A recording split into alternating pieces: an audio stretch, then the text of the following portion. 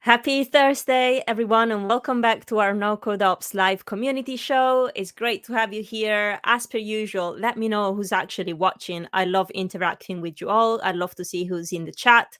So tell me all about how's your week going so far? How's life? Are you part of our community? Are you not? And why aren't you part of our community? And if this is your first time here, we are NoCodeOps, an international community for operations professionals.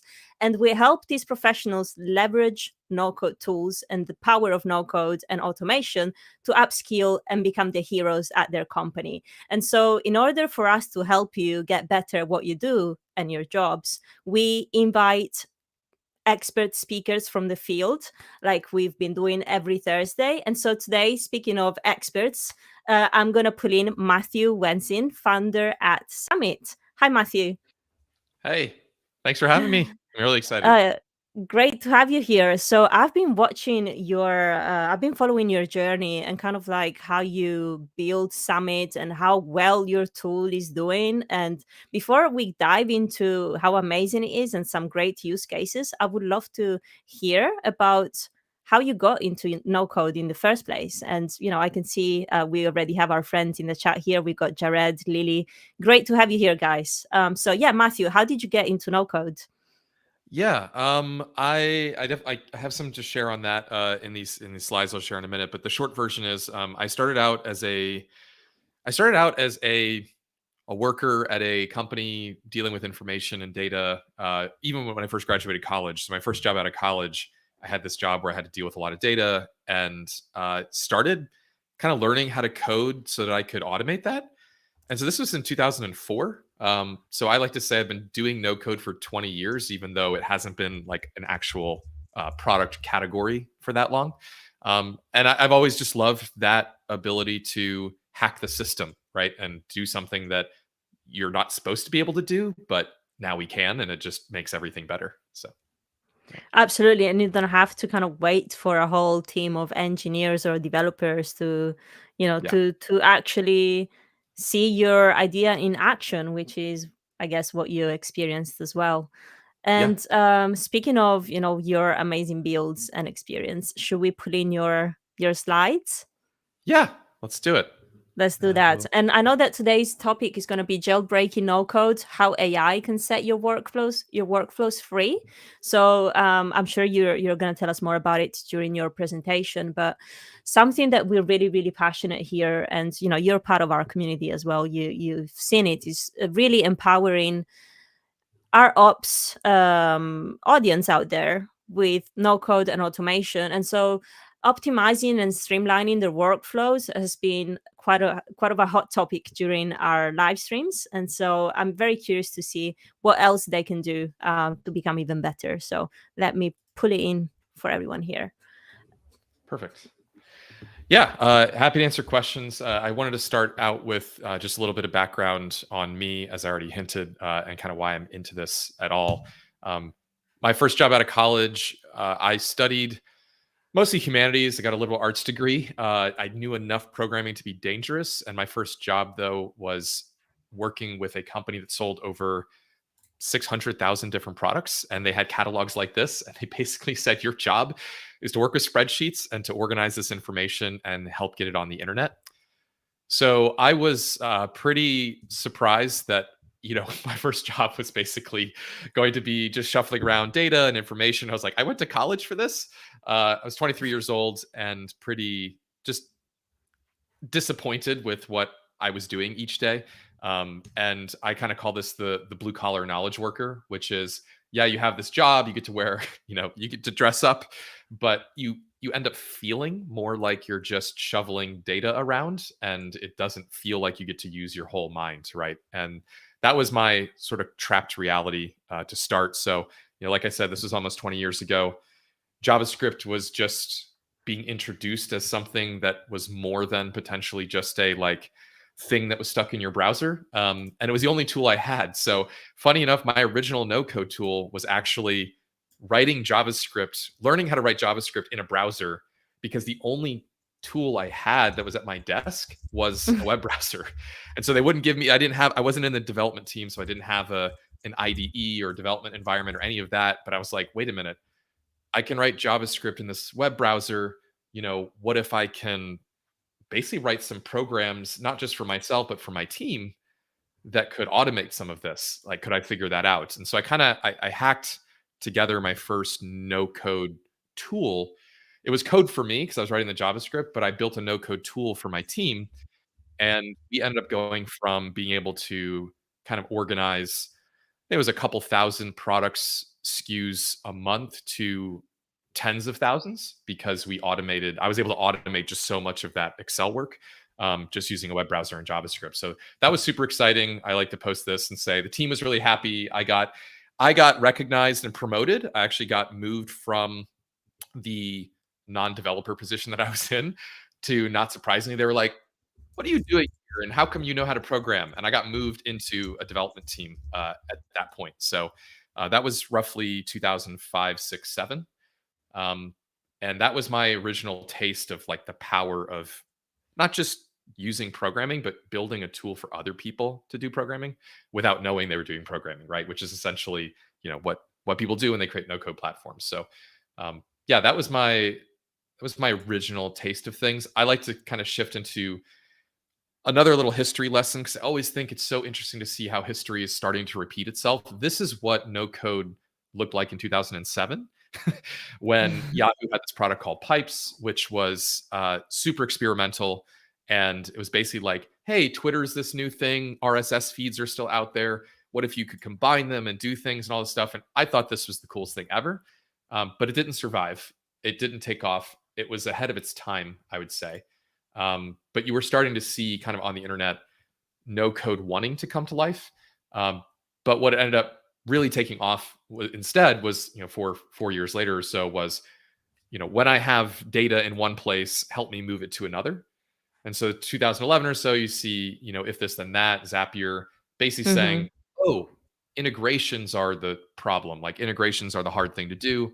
Why don't we build no code tools that are specialized for when there's a trigger, do an action. And if you're enough of a developer to recognize the jargon, ETL, extract, transform, load, it was really about extracting data from one place and loading it into another.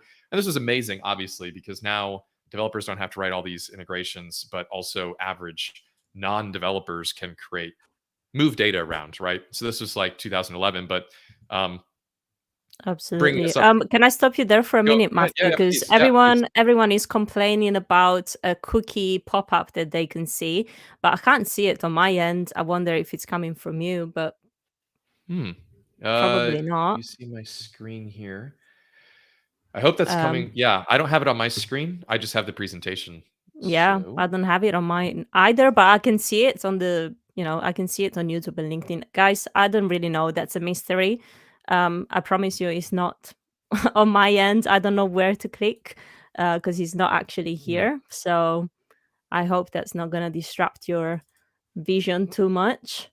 But yeah, maybe reach out to Talk Studio and tell them that, something is happening. Sorry. yeah. Yeah, I'll try to figure it out. I'll see if I can find it, but I have no idea where that Sorry, comes folks. from. No worries. Cool. And I see some people. Well, the one person at least recognizes Yahoo Pipes, which makes me feel not so old. Yeah, Cool. Sally. Hi, Sally. Great to see you here. Yeah, it was. Yeah, it was way ahead of its time. Super cool. There was a lab at Yahoo that was full of great developers before Yahoo wasn't cool, and it was a cool place to be back in the day. So they made stuff like that, and then it didn't take off. I think later no code turned into it was looking for a reason. I think no code in a lot of ways was like, it was a concept, as a technology that was like looking for a use case, just like a lot of other things. And I think the use case ended up being integrations where, I see why this is so valuable, is we can write integrations without having to write code. So this is what I call it, the plumbing age. And this really has gotten us through all the way until the current day, or current, this year or last year, which was, I call it the transformation age. Magic wand, obviously, but I think that no code in general has solved the extract and load problem. I have data in one place, help me get it out. I need data to go another place, help me get it in. And I think the value that we're creating these days more and more is in the middle. It's the messy middle of I want to transform some data. I want to use, the T in GPT stands for transform, right? So it's giving us a clue that it's not about the data just going from one place to the other. It's about how can we remix it, transform it, shape it, do something, maybe bring in other data sets, and do something really magical in the middle, and then send that along. And so I think really there's been this shift from the E and the L, if you will, to the T, if you think about this process. So integrations, now transformations, and to some extent, those aren't really, they're not the same, right? So if you built a product that was focused on integrations, you might have something like there's a new charge in Stripe, we have a trigger, so we want to update a contact in HubSpot. In the current age we're in, you actually want to do something in between, which is use OpenAI or do some kind of transformation in the middle that adds value. Because if all you're doing is this is table stakes now. And so you want to do something obviously bigger and better. So you're thinking about doing something with AI. I think the challenge is figuring out, okay, what goes in this box, right? So obviously I'm using Zapier here as an example, but I think if this was Make, it really doesn't matter what the tool is. It's more just, these are the steps, and you get this box which says, okay, so what do I put into Stripe? So what I want to do is I want to say every time a customer has a new charge, maybe it's a recurring subscription, I want to summarize kind of that customer account or that customer history, and then update a contact in HubSpot with a note that says, hey, this customer's been a customer for this long. This is their lifetime value. They missed a payment on this date, whatever it is. And so we want to add more value than we used to want to do in the middle because we know we can. And I'll talk about that more in a minute. But then it's just not clear, like, what do I put in this box? Because the data I have on hand is just, well, I have data on the new charge, but I need more than that to do my job. I need to know, what's going on, outside of that. And so maybe I spin up a Copilot tool or a new tool in Zapier or some other tool. And I like to say this is the, I type in whenever a news charge in Stripe occurs, generate a summary of the customer's transaction history, and then update HubSpot. And it goes, okay, here's your outline. And it goes, charge step, code step, update HubSpot step. And I like to call this like, wait, you're telling me to write code, which to me is the draw the owl joke. It's the, first step is here's an empty code box. And then the next step is, you have a ton of code written that does the thing that you want it to do. And you're like, I'm in no code. The whole point is I don't want to write code, but I want to do something interesting. And so to me, this is the example of, again, I'm in the middle. I want to do something interesting. Please don't make me write code. What are my options? Another option is, using a formatter of some kind. There's not really a choice for that. This is the, this is a dead end basically. And I think to me, I call this a deja vu moment because if I go back to my original job there working as that blue collar knowledge worker, I was faced with limitations in what I could do in Excel, and no code is supposed to liberate us from that. But then again, here we are in a new era when there's way more technologies. What the tools that developers are creating and getting every week are rapidly outpacing the tools that no coders are getting every week. And so it's like, in a way, we're behind, right? It's deja vu for me of saying, how come we're trapped in this limited space when there's so much more that we're supposed to be able to do, but the tooling hasn't really kept up. So Tony Fadell, last quote that I just love is, he says, habituation is when we stop noticing the problems around us. And I think in a lot of ways, we don't even notice the limitations that no code has, because I think a lot of us have adapted to those limitations. Like, oh, of course we can't really do X, but we have a workaround, right? So we do this. Or we can't really do this, so we have a workaround and we do this. And we just kind of accept the limitations that are all around us in terms of the no coding tooling that we have. And my goal with Summit and our goal as a team is to really get rid of these sort of habituated problems that we don't have to live with anymore. So I want to do a demo, but I want to give you kind of what I call the 6 habituations of no code, which is, these are the cats that you should notice when you're using these tools. And you should ask yourself, what the heck is going on? How come this is the case? Because I think we've just accepted that these are the case, and we don't have to accept this, right? Developers don't accept this. And I think the future of no code means getting more of the benefits of code, but still in a no code way. And so I'm going to leave these up on the screen and start sharing mine, but I'll use these as kind of a guide to do the demo. But Yeah, I'll and just summarize. I just wish that this I can still see this pop up that people are talking about, and I promise you guys, It's not on my screen, so I Mm, don't know what's going on. And I can see that it's making us a little bit dark compared to the pop-up, of course. And so no. trying to figure out where it's coming from. And I wonder if I reload, if that's gonna mess with our screen. But if that's the case, should we try it? I'm just gonna I'm reload the game. page. I'm all See what right. happens. People, if we lose you, I am gonna create a new stream straight away so you can still find us on YouTube and LinkedIn. But I'm just gonna try and refresh. I promise you, I don't know where this is coming from because it's nowhere to be seen on my end. So unless you know an inspect way of seeing the cookies, I don't know. But anyway, let me try and refresh, see what happens. Sorry, Matthew. No, sorry.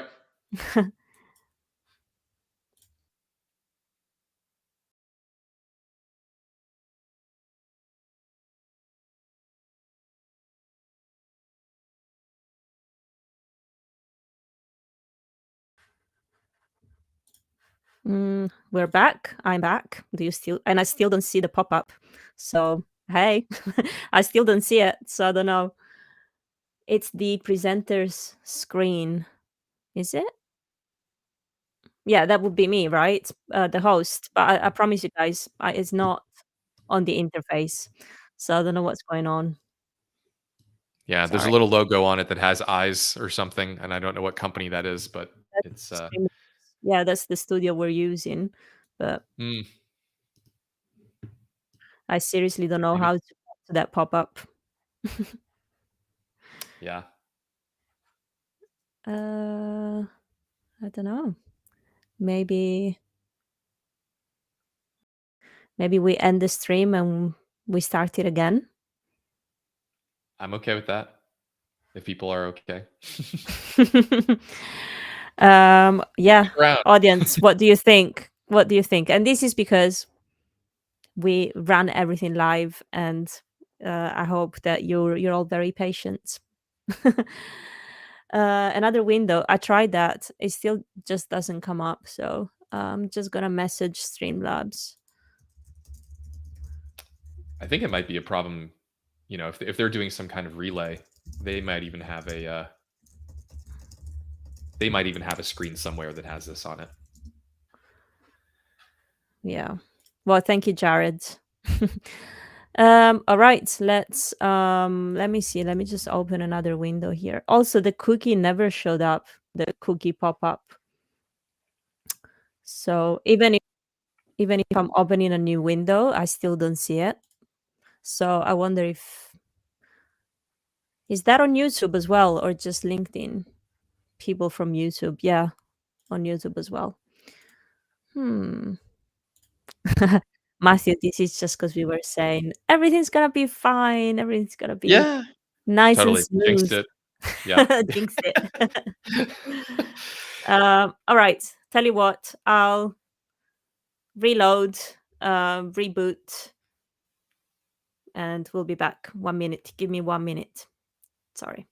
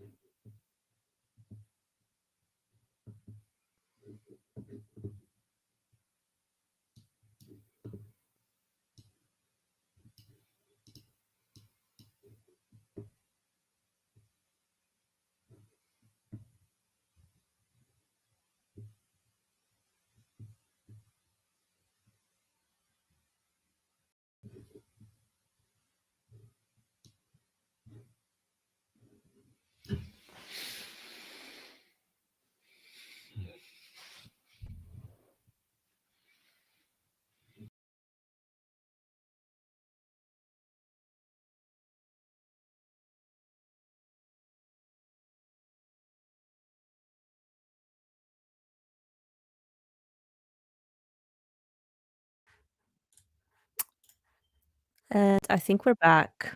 Matthew, are you here? I am.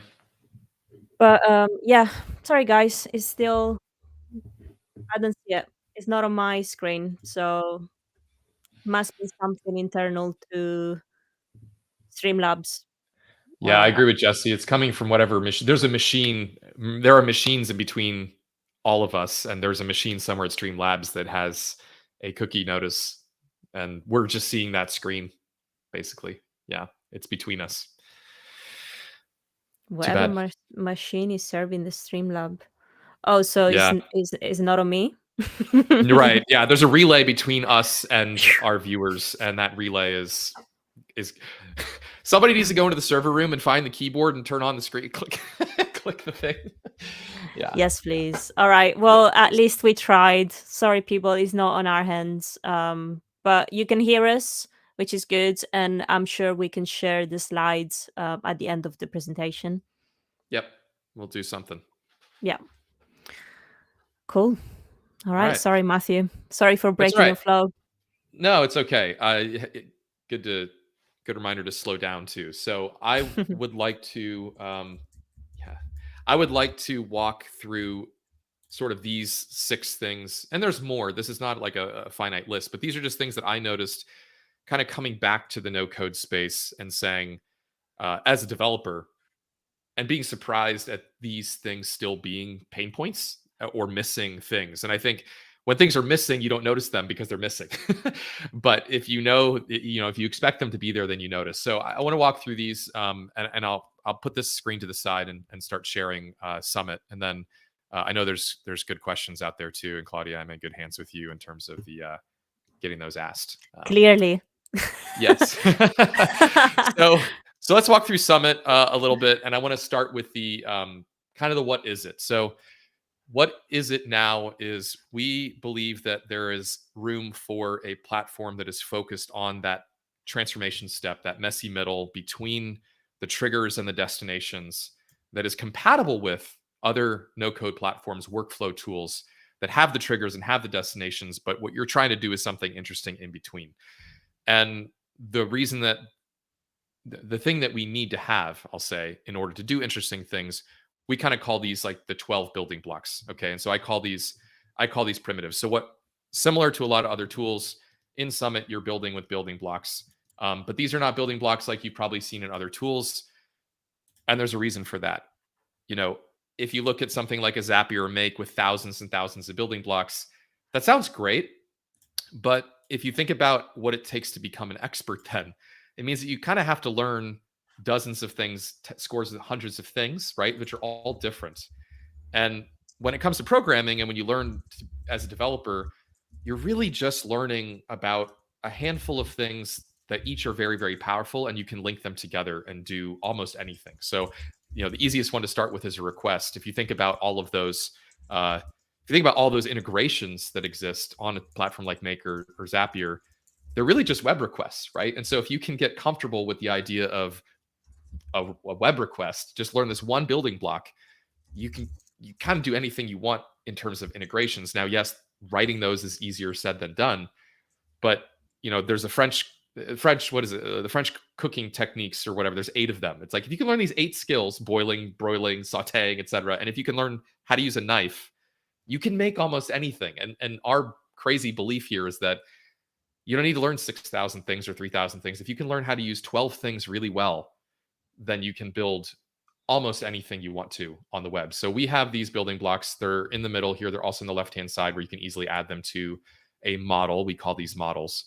And an object, a request, what we call a parser to kind of get data out of a request. I'm not going to go through all these here, but if you come to Summit, you start learning it.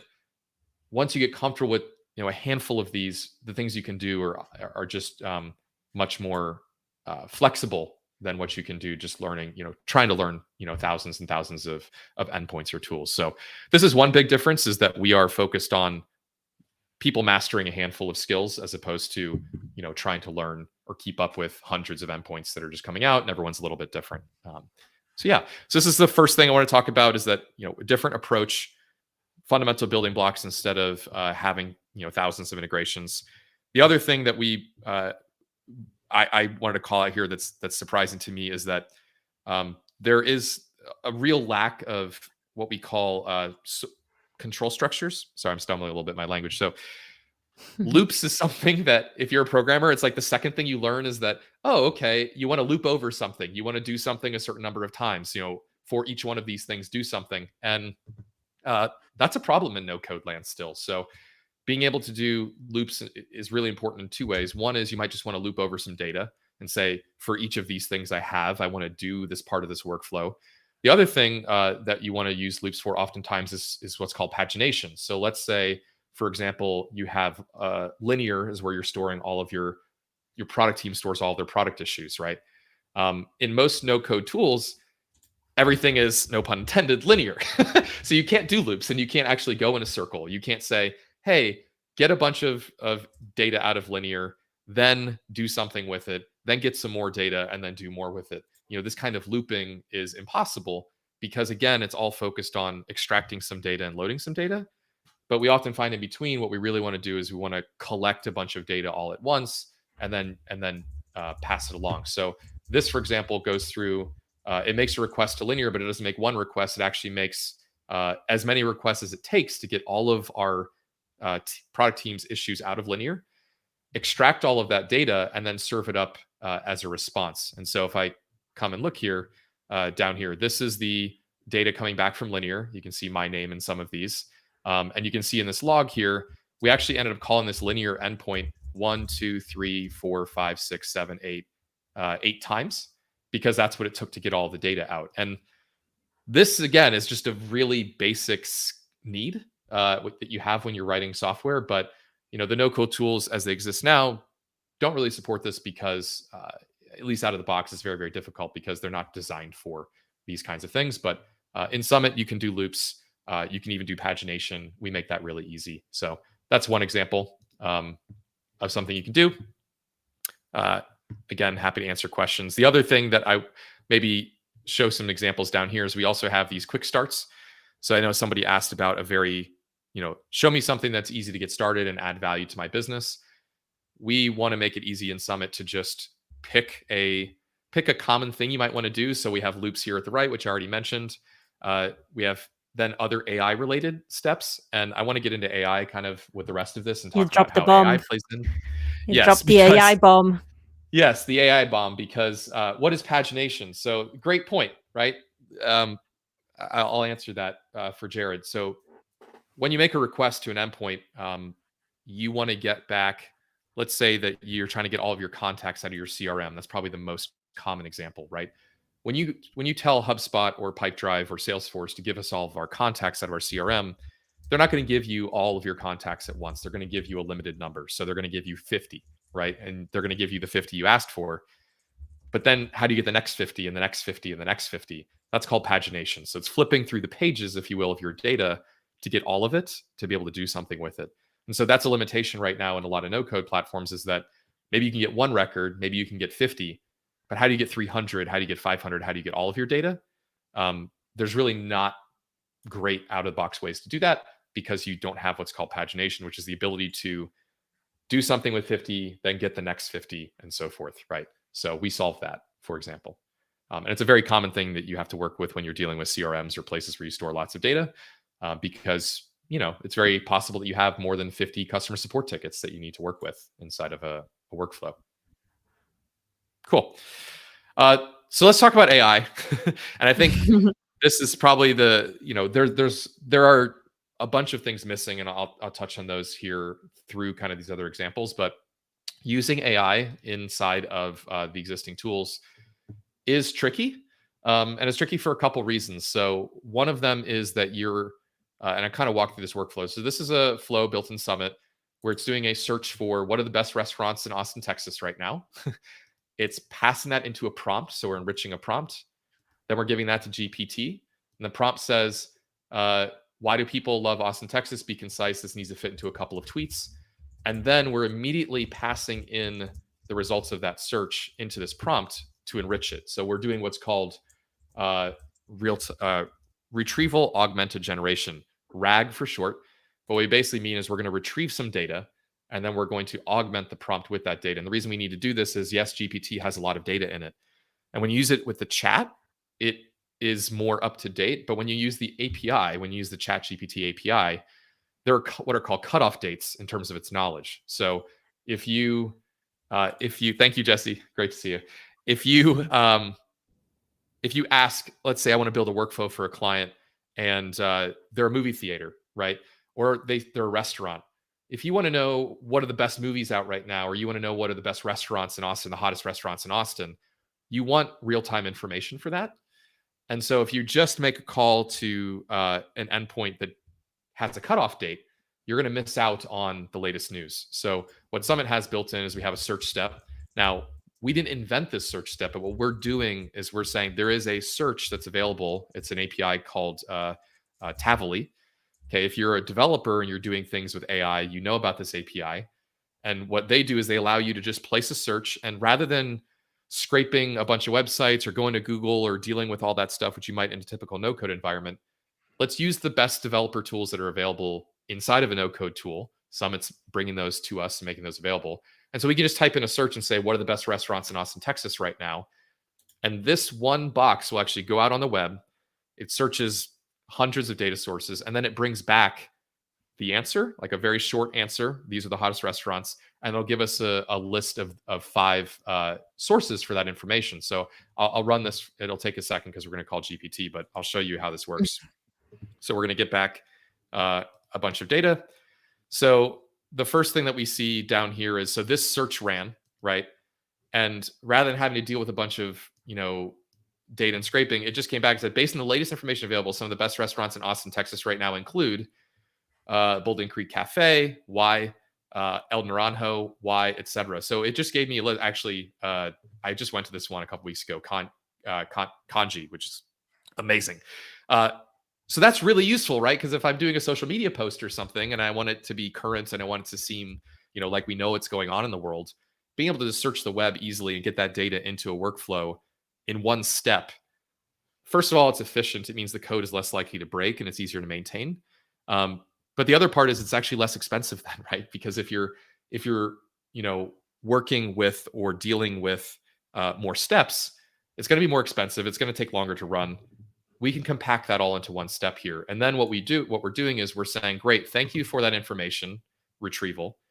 Let's pass that into a prompt. And then now GPT, when we send it information, we're not just saying, hey, GPT, up until April of 2023, which is your cutoff date, tell us what you know about restaurants in Austin. We're actually passing in information that's current as of May or July or whatever month we're in, right?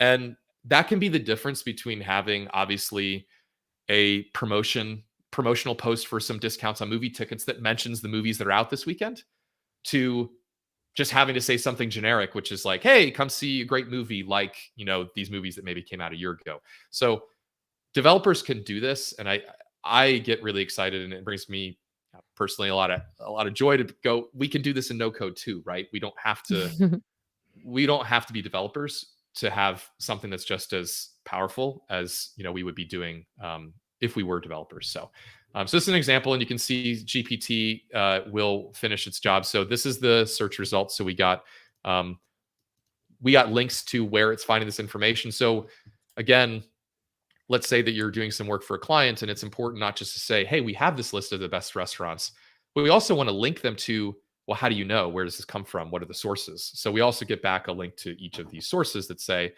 this article in Austin.eater is where we got this from. This article in New York Times is where we got this from. So super helpful. And then GPT does this job and says, people love Austin, Texas for vibrant culture. Must try restaurants include this for veggies, this for authentic Mexican, this for Caribbean flavors, etc. And so we have delivered just a much more, obviously more timely, but also just more exciting and more relevant content piece, right, for our social media than we would if we were just using GPT by itself. And these tools are coming out in the AI space, obviously every week at this point. So you need a platform that, here's the other part. Summit added this search step. Okay. Yes, we added this search step. It makes it really convenient. But if we hadn't, what's really, really nice is you could literally just click add request. You place a request on the page. And if you or anybody else in the no code community has already called that search API, you can just use it, right? We can just start using it. So you don't need Summit. And this is what I call like permissionless invention, right? No code is not about needing permission or somebody else giving you these abilities so that you can do it. You said this earlier in the stream, Claudia. It's like we Yeah. want to be able to make things at a pace that keeps up with what's going on in the space, and we also want to be able to do it on our timeline. So if this search thing comes out and I'm really excited about it, if Summit hasn't created this search box yet, just drop a request onto the page, use it yourself, show other people what you did, right? And I kind of use that to pivot into the next point, which is that Summit models are also not just visual on a canvas, they're also text based. So this text right here is also the model. And how many times do you see in no code forums or in communities or people are typing and they're saying, here's a video of how to click all these things to build that thing, or here's the steps you need to take, or here's a screenshot. We don't need to do that in code, right? In code, we can just literally link somebody to GitHub and say, here's the code, copy it, upload it or pull it into your environment, and it just works. And so Summit models are not just visual canvases, they're also text. And so I can take this, I can copy it, I can come back to this original screen, I can say import model, and I can say, this is a really cool restaurant search, right? This, maybe a friend sent to me, whatever, click import, and instantaneously I have that now in my own account, right? So this is cool for two reasons. One is it's extremely lightweight then and permissionless to share. So you can just take the text, you can put it into Slack. We actually have models that are even in GitHub, right? So I can come in and say, oh, here's a model that actually helps me search Airtable. You can just copy this and go and upload this to Summit, and it just works. But the other thing is, we all know the interfaces can be slow, especially in the no-code space, because why? They're trying to do a lot, right? So you're clicking around and you're like waiting for this thing to load, or you're like clicking and something isn't happening quickly. Text-based interfaces are just extremely fast. And so if you can get used to this, and some people like the visuals and they need those all the time, but if you can get used to a few lines of text in a screen, you can edit this and then re-upload that to Summit and you're done, right? So you don't have to use a canvas if you don't want to. Sometimes it's way faster to copy these lines, hit Command C, Command V, and you have 3 more steps in your workflow, as opposed to double click, tick the thing, do the checkbox, do the down, change the drop down, all this stuff. We don't need to do that, right? We shouldn't have to do that. That is a habituated pain of being a no-coder, where you go, well, if I want 3 more steps, I obviously have to click 9 more times. Well, no, you don't actually. What if you could just copy paste, change a few bits of text, and then re-upload it, right? So these are all things we don't have to live with. So it comes up again and again, and I kind of, as Summit discovers these just in our own no coding journey, we're adding more and more. I want to hit on 2 more that are actually really different and you don't expect that would otherwise be lost. Is that we don't have in no code imports statements. Okay, what the heck is an import statement? Somebody asked what pagination is, so I'm gonna explain myself. Yes, you can call a workflow at the end of another workflow, or you can trigger a workflow from another workflow. So you can kind of create this chain of workflows in no code. That's nice. But what if you build this really cool search and you say, you know what? I like how this works, but all I really want to do is I want to be able to use this, and I'm going to delete this part. I want to be able to use this from anywhere. And the way I want to use it is I want this part, the search part, the text that goes into search, I want that to be something that I can change. So I'm going to have that be an input. And so I put a little tag next to it that says query. And that is going to allow me, as you see in a second, I'm going to set this live. We can publish this and we can do a couple of things. One is I can now call this from another Summit model. So if I go into a different space, let's say I start from something from scratch, and I'm like, oh, I want to use that restaurant summary that I built already because I'm building a blog piece, right? And I have different needs, but like I kind of still want to do most of the same things. I want to search the internet. I want to compile it into a summary, and I want GPT to summarize it for me. But maybe it's going to go on Instagram, or maybe it's going to go into a blog post. What Summit lets you do is we can reuse code, which is, it's silly to say it that way, but like, of course you should be able to reuse code. So all we have to do is we just place what's called a summit step or onto the board. And then right up here, you can paste in the endpoint for that other summit model. And this will call that. And now you can just start using the results of that other model in this one. So if in this one, we said, actually, over here, we're going to post to Instagram, we could easily, and actually, this would be a request, right? We're going to go, this is a post. We're going to pretend we were posting this to Instagram, some endpoint, I right? love it. I love it that this is almost a reveal, because I'm watching the way that people are seeing it, which is kind of like, I mean, people, this is good for your eyes. We've done it so that it's not so bright. No, I'm joking, but I obviously we can all follow the flow, and it's beautiful, but it's sort of a reveal. I almost desire and want to have an episode 2 to just see it in full brightness, and so I don't know if you'd be down Yeah. for it, Matthew, but Yeah, yeah, maybe yeah, maybe in 2 yeah. weeks we can have Matthew back. And if you guys want to have the brighter version of this, you can give us a thumbs up. But no, Yeah. sorry, keep going. Yeah, I like a public code system available as components. So Yeah. absolutely. So I want to double down on that. The no code community, I think, does have a lot of desire to give to one another recipes, abilities, formulas, solutions to things. But we're recreating things each time. So when somebody creates another way to get things out of Airtable and another tool, it's a shame that we have to recreate that. So yes, a public repository of Summit models where you can just copy this and load it into your own account or call it from somewhere else is part of the answer, right? And then people can even build up their own credibility for, hey, I'm the person that made a bunch. There's two ways this can go. One, I'm the person that made all of these interesting Airtable adapters or widgets that everybody gets to use. Now I'm getting invited to speak at conferences, et cetera, because I solved this problem for the community. But the other part is if you want to, you can build these and go on Gumroad, go on another marketplace.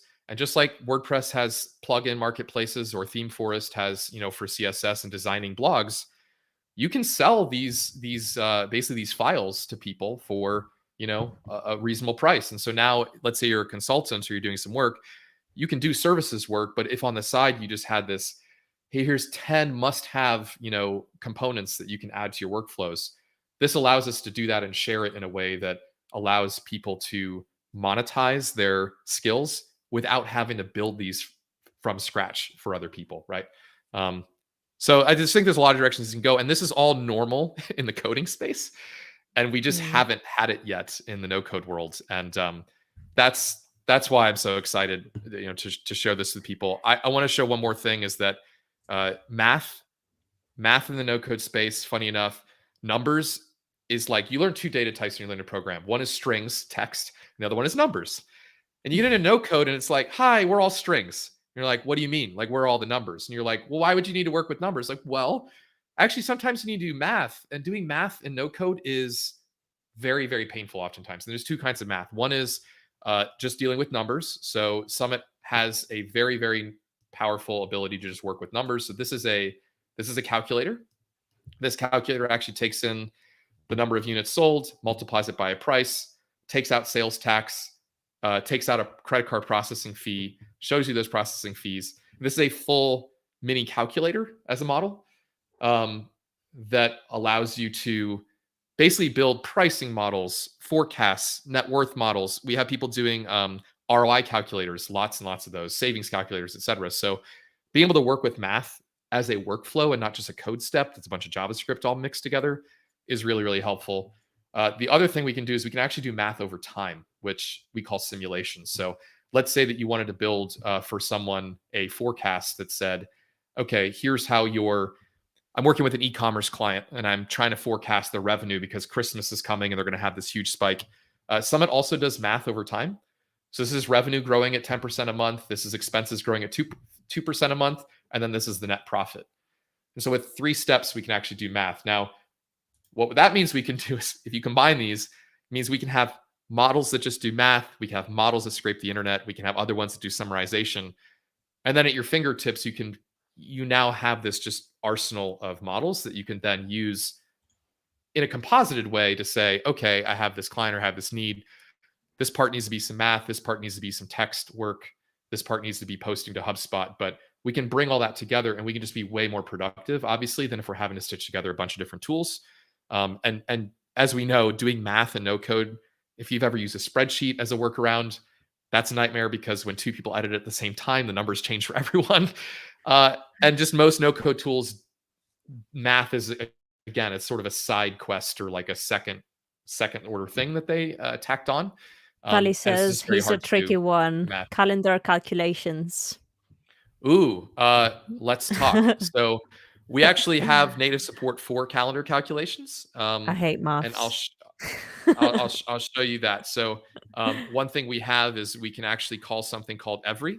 So let's just create a calendar on the fly. So we're going to hit enter and we're going to do equals. And then we're going to say or edit. And then we're going to say every two. Let's make it trickier. So let's say every 2 months, right? And then this is a calendar. And what this spits out is we can actually see what this is. This is a timestamp. So this is actually showing us so here's a log. So this is every 2 months. I don't know if you can see. This is May, July, September, November, January, etc. Every 2 months starting now, right? And if you want to change the date range of when you're starting, you can do that as well. So you can give me every 2 months between these. So what this lets us do is we can say we're doing project planning or we're doing something else. We want a reminder every 2 months. Where am I going to go to generate calendar dates? You can do that here. And if you need something a little bit spicier than this, you can actually say every end of month. We actually have a ton of different options, and we have documentation for all of this. But we now have true end of month calculations in the fly. So we're seeing the 31st of May, the 30th of June. Thank you so much. That was a good joke. We're seeing the 28th of February. And by the way, this is the 28th of February in the 2025 because it's not a leap year. But if this were a leap year, that would automatically show us the 29th of February. So we don't need to write. There is somewhere out there. There is a, yes. So yeah, taking out the holidays. So we could skip ones if we wanted to. So what we can do is we can actually have a separate step here, which says, if there's a holiday, take it out. And then we can create a separate response. So we could actually filter these calendar dates if we wanted to. So there is somewhere out there, I don't know if you've seen it, a insane JavaScript function that somebody wrote. And I know it's popular in the Glide community. That basically helps people figure out, hey, every Friday after this date, but before this date, right? We don't need that anymore. And what's really sad about that is it's not shareable or reusable. So you load that JavaScript into one project, and now you need to copy it and paste it into another project, another project, another project. So, so now we have reusable calendar math as well. We also take what's this called? Cron tabs. So if you want to, you can even type in, see if I can get this correct. This would be midnight at, let's say, 1 o'clock every Monday through Friday. This will also work. So if we do this, we now have 1 o'clock in the morning every Monday through Friday, skipping weekends automatically. So thank you for the question about calendar math. That's cool, and I can see you guys are nerding out about maths, and it makes me feel left out. Yeah. Math is I love math. I love teaching math. It's actually what we started with and why we have such powerful support for it. And when it comes up, it's a real pain, but obviously, it doesn't come up with everything, fortunately. So, no, that's cool. Yeah, that's cool. Yeah. Any questions? I know we're running up on time. Yeah, we're doing well, and again, I promise you guys we're gonna have another stream as well, because not just for the technicalities of today, but just because Matthew is absolutely awesome, like you've all seen today. I would love to have you back. This is absolutely fantastic. I've told you as well in the community how impressed I was by Summit. And again, this is somebody who's, me, I consider myself being quite still a baby no coder kind of / intermediate. And so I can see how solid and powerful this tool can be. Claudia, the non-mathematician, absolutely. We can start a whole new series, a new hangout in the Discord about maths, and you can come teach me.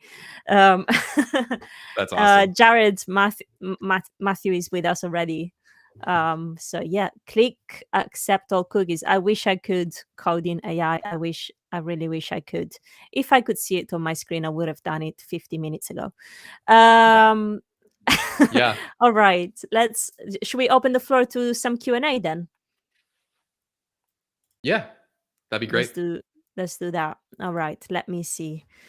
All right, people, so let's open up the Q&A. If you have any questions, please drop them in the chat. If they're questions related to the cookies and the pop-up, please do not add them to the chat, because I'm already frustrated as I am right now. So let me just show this, and I have a couple questions actually from the form of people that have signed up to this event today. So Cool. one of those questions was quite interesting, from Tristan. Can Summit work with open source LLMs? Which ones have been proven to work with Summit, if so? Yeah. So uh, we we are focused, as I said earlier, on having these fundamental building blocks. And so we have right now one building block for AI called AI. And all you do is you just pass in, like the example I was showing you just before we discontinue the screen share, I just passed in PDF. So that calls PDF AI, which is not open source. It's a private one. So yeah, this one, here's an example. And then I'll show you kind of the open source version. So this is calling PDF AI. There's a PDF. This is from a school. This is the kind of stuff we deal with in no code all the time. We have a project. Hey, we need to buy supplies again for the next school year. We have a PDF. The data's in there. Can you somehow use that? So in Summit, we know that when you're working with content like this, we want to do this as a few steps as possible. So we have one step that's what school supplies are needed for fourth graders. Please respond with a JSON list called supplies. We have a step called AI PDF, which is literally just 5 characters, AI PDF. And then we have the response, which is also just a supplies list. And like magic, we actually get back not just the raw AI response, which is up here, which says, here's a JSON block. We get back an actual list that we can then use elsewhere in our logic. So if we want to now post each element of that list as a separate row in a Google Sheet, we could, and we could put a price next to it. We could go search the internet for how much these things cost, right? We can actually work with the output of LLMs as data, not just as raw content.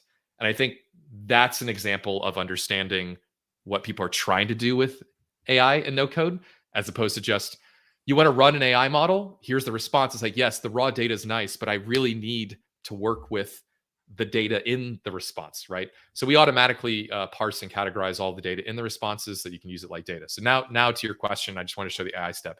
In this AI step, you have a couple of options. One is you can change the model. So we can change this to GPT-4. Now GPT-4o, we don't parse attachments yet, but you can see the logo changed. The API key is wrong because I didn't pass in an API key yet. But we can also pass in, we have an integration with Hugging Face. So if you're familiar with Hugging Face, it's where coders store all of their AI models, especially open source. There are tens of thousands of AI models on Hugging Face. It's a silly name, fun to say. But this is where Meta put their most recent Llama 3 model, and Summit has support for that. We can actually call any model that's in Hugging Face.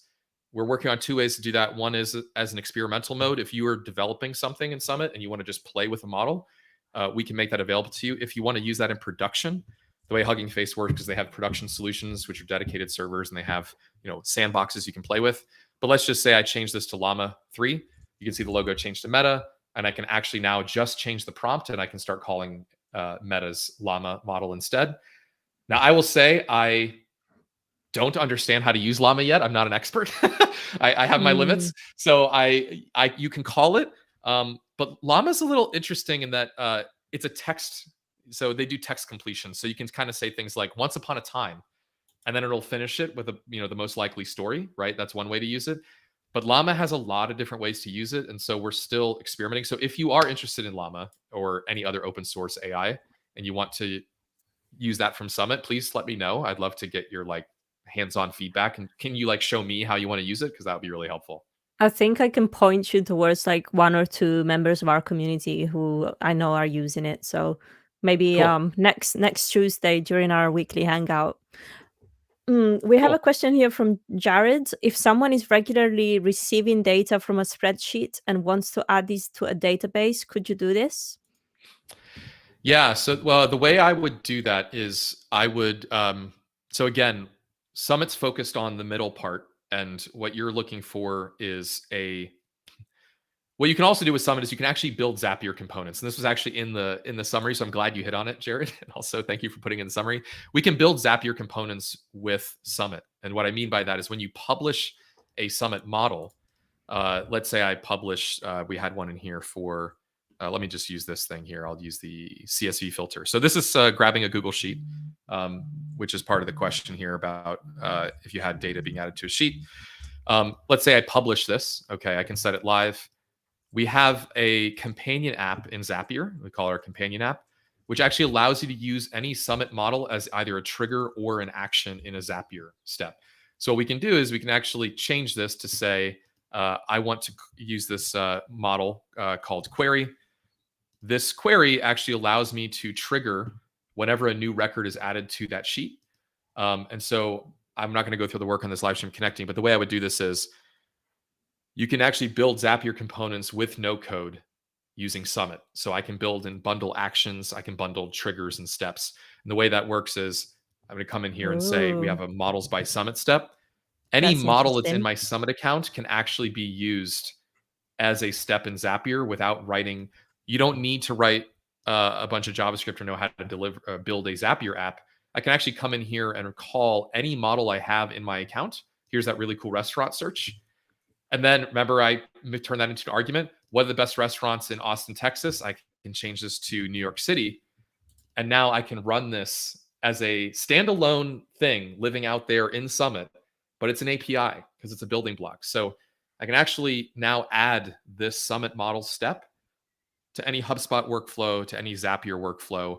And I can make any part of it, as you see on the right-hand side, a variable. So I can actually reuse, again, that model in Summit to do New York City, to do it based on wherever the person's located, right? That is now a variable that I can change anytime I want to. And we call this our companion app. So this just is free if you're a Summit customer or user.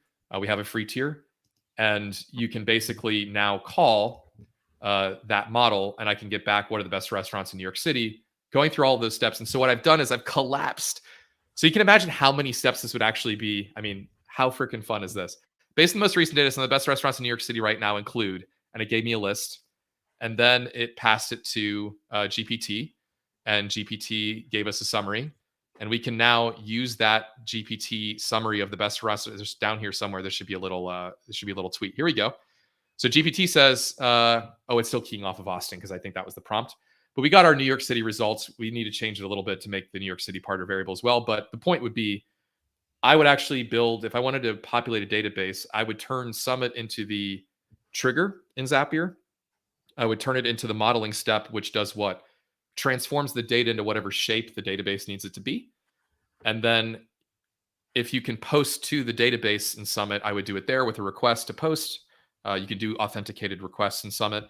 Or if I don't think Zapier has a database post step, but if whatever tool you're using has a step to insert to a database, I would use that tool potentially as the action. That's amazing. That's so cool. And just to echo what Sally was saying, now you really did it, Matt. This is really, really, really awesome. Thank you. I do have another question here from a user that has been following you for a while, apparently. Cool. Kevin. He says, I have followed your tool for a while. What motivated you to move beyond a tool for sales team? Was that always the goal? So our goal was always we created this technology that allowed you to do, we started with the math, as I said. So we started with math. And to make a very long story short, we went on a search for who out there needs to do math as a no-coder. Well, no-coders take a lot of shapes and sizes. Sometimes people are in marketing and they use no-code tools. Sometimes they're in sales and they use no-code tools. So our original thought was... Sometimes they're in community management and they use That's no-code. right. Exactly. So we kind of went out and we're like, let's focus on a customer group like sales. And so we took the math and we took the sales and we combined them and we said, okay, what can we offer salespeople? But to be honest with you, we learned that account executives aren't using no-code tools the way that we expected. Not surprising. They're doing sales calls. Sales operations is doing it sometimes, but sales operations is mostly focused on revenue ops or pricing. And a lot of that already uses spreadsheets or Stripe. And the uptake wasn't as fast as we wanted. Let's put it that way as a startup. So we really broadened it again to say, look, we don't care what functional role you're in. You could be in marketing and sales and community management, etc. As long as you need a no code tool like this, you're welcome to be our customer. And ever since we did that, we actually kind of we went contrary to the common advice, which is like you got to niche down. We kind of said if we broaden this again, maybe we'll have more customers. And now our customers are kind of coming from all over the place, which is good. Which is great and really testimonial to the hard work and how valuable this tool is. So we're Thank you. so happy and so grateful, to have you in the community, to be witnessing this journey. And absolutely, I'm serious. Besides all the technical issues that we've had today, I would really love to have you back and showcase a little I would bit love more to. of Summit. And let's do another use case. And maybe people in the chat, you can tell us in the community, in the Discord, just tell us what's another interesting use case that you would like to see, or is there anything in particular that you might have seen today that you would like to dig deeper in a little bit more. Let us know, and we'll make sure we click all the pop-ups for the next one. Perfect. Thank you for having me so much, and I really appreciate the questions. I felt like my excitement puts me all over the place, but you were very good at helping me stay on track. So thank you, and I would You're love to do this you're again. you're just fabulous, Matt, and your tool is great. So let's have you back, and let's do another one. Let's do another one soon. Sounds great. Thank All you. right. Thank you, everyone. I will see you all on Tuesday in person at the No Code UK conference in London if you're around. And if not, I will see you next Thursday for our live stream. All right. Perfect. Take care, everyone. Bye bye. Bye.